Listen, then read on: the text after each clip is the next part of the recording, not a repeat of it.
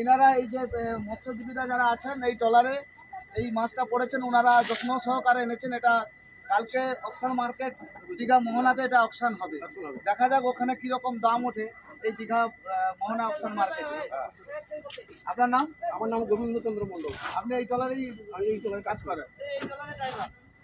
এই ডলারেরই কাজ করেন? এটা কি বিদেশে চলে যাবে না এই মাছ আমাদের এখানে লোকালে চলে? লোকাল এটা বাইরেই চলে যাবে। এটা আনুমানিক মূল্য কি হবে? 1 লাখের উপরে হবে। এই একটা হাঙর মাছ 1 লাখ টাকার উপরে বিক্রি হবে, এর আনুমানিক মূল্য। তবু কালকে অকশন মার্কেটে দেখা যাবে। এটা বর্তমান পেটোয়া মৎস্য বন্দরে এই সবে মাত্র ডলার এসে এই মাছটাকে উঠিয়েছে, আমরা দেখতে পেলাম।